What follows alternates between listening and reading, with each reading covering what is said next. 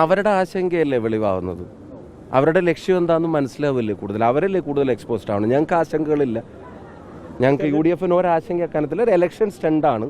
അത് ദയനീയമായി പരാജയപ്പെടും. ഇന്നത്തെ ദിവസത്തെ വാർത്താ ഡീവിയേഷനുള്ള ശ്രമങ്ങളാണ്. ഞങ്ങളതൊന്നുമല്ല.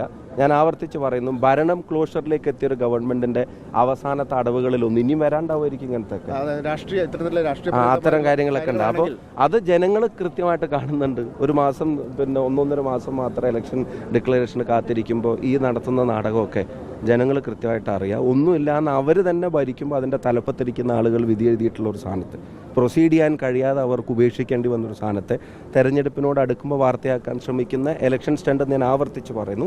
അത് കേരളത്തിലെ ജനങ്ങളുടെ മുമ്പിൽ ദയനീയമായി പരാജയപ്പെടും. ഞങ്ങളെ സംബന്ധിച്ചിടത്തോളം ഗവൺമെൻറ്റിൻ്റെ വീഴ്ചകൾ, ശബരിമല ഉൾപ്പെടെയുള്ള പ്രശ്നങ്ങൾ അതീവ ഗൗരവമായിട്ട് നിലനിൽക്കുകയാണ്. അതിൻ്റെ ഫർദർ ആക്ഷൻസ് ആണ് ഗവൺമെൻറ്റിൽ നിന്നുണ്ടാവേണ്ടത്, SITയിൽ നിന്നുണ്ടാവേണ്ടത്. അതിനെ തടസ്സപ്പെടുത്താൻ നടക്കുന്ന ശ്രമങ്ങൾക്കാണ് അറുതി ഉണ്ടാവേണ്ടത്.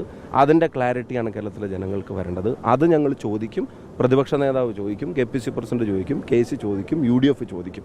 ആ ഉത്തരങ്ങൾക്ക് പകരം ഇത്തരം കൊഞ്ഞനം കുത്തലുകൾ കൊണ്ട് കാര്യം ഉണ്ടാവില്ല. മുൻപ് നിയമസഭാ തെരഞ്ഞെടുപ്പുകൾക്ക് മുൻപ് ഇത്തരത്തിൽ UDF നേതാക്കൾക്കെതിരെ ചില അന്വേഷണങ്ങൾ മുൻകാലങ്ങളിലും ഉണ്ടായിട്ടുണ്ട്. ഇതെല്ലാം തന്നെ ഇതിൻ്റെ ഈ രാഷ്ട്രീയ പ്രേരിതം തുടങ്ങിയ തെരഞ്ഞെടുപ്പ് സ്റ്റണ്ട് അവർ ഈ സമയത്ത് ഈ 10 വർഷത്തിനുള്ളിൽ നടപ്പിലാക്കിയ എല്ലാ കാര്യങ്ങളും ഇപ്പോൾ ജനങ്ങൾ 1 by 1 വിലയിരുത്തുന്നുണ്ട്. ആ വിലയിരുത്തലിൽ അവരുടെ ഇത്തരം ക്യാരക്ടർ ജനങ്ങൾ തിരിച്ചറിഞ്ഞിട്ടുണ്ട്.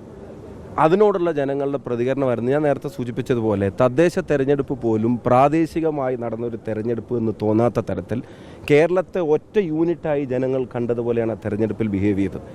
പഞ്ചായത്തിൽ, ബ്ലോക്കിൽ, മുനിസിപ്പാലിറ്റിയിൽ, കോർപ്പറേഷനിൽ, ജില്ലാ പഞ്ചായത്തിൽ, സമഗ്ര മേഖലയിലും എല്ലാ ജില്ലകളിലും UDFൻ്റെ വലിയ മുന്നേറ്റമുണ്ടായതിൻ്റെ കാരണം കേരളം ഒരു പൊളിറ്റിക്കൽ യൂണിറ്റായി കണ്ട് ജനങ്ങൾ ഈ ഗവൺമെൻറ്റിനെതിരെ വിധി എഴുതി എന്നുള്ളതാണ്. അപ്പോൾ അതിൽ നിന്ന് രക്ഷപ്പെടാൻ നടത്തുന്ന എല്ലാ ശ്രമങ്ങളും അവർക്ക് തിരിച്ചടിയായി മാറുകയാണ്. ഒരു പാട്ടിൻ്റെ പാരഡിയുടെ അകത്ത് പോലും അവർ കാണിച്ച ഒരു അസ്വസ്ഥത, അത് ഭരണത്തോടുള്ള വല്ലാത്തൊരു ഒരു ഭരണമില്ലാതെ ജീവിക്കാൻ പറ്റാത്ത അവസ്ഥയിലേക്ക് അതിൻ്റെ തലപ്പത്തിരിക്കുന്ന ആളുകൾ മാറിയതിൻ്റെ സ്വഭാവമാണ്. അതിൻ്റെ പ്രതികരണമായിരുന്നു. അപ്പോൾ അത് പരാജയപ്പെട്ടു. ശബരിമലയിൽ വീണ്ടും ചോദ്യങ്ങൾ അവർക്കെതിരെ ഉയരുന്നു. ഇപ്പോൾ അവസാനം ഗവൺമെൻറ്റിനെതിരായിട്ടുള്ള ചിന്ത ജനങ്ങൾക്കിടയിൽ വ്യാപൃതമാകുമ്പോൾ വാർത്തകൾ ഇപ്പം ഇന്ന് രാവിലെ മുതൽ നിങ്ങളെല്ലാം കോൺഗ്രസിൻ്റെ മുന്നൊരുക്കത്തെ സംബന്ധിച്ച് നേതാക്കൾ അതിൻ്റെ കാര്യങ്ങൾ പ്രതികരിക്കുന്നു. ക്യാമ്പിൽ ചെയ്യാൻ പോകുന്ന കാര്യങ്ങളെ സംബന്ധിച്ചുള്ള ചർച്ചകളുണ്ടാകുന്നു. അപ്പം ഞങ്ങൾ ഒരു അഗ്രസീവ് മോഡിൽ ഞങ്ങൾ ആദ്യത്തെ ചുവടുകൾ ഞങ്ങൾ വളരെ സ്ട്രോങ് ആയിട്ട് വെക്കുമ്പോൾ ഈ അസ്വസ്ഥത നേരെ ചെന്ന് തട്ടുന്നത് അവിടെയാണ്. അപ്പോൾ അതിനൊരു ഡീവിയേഷൻ വേണം.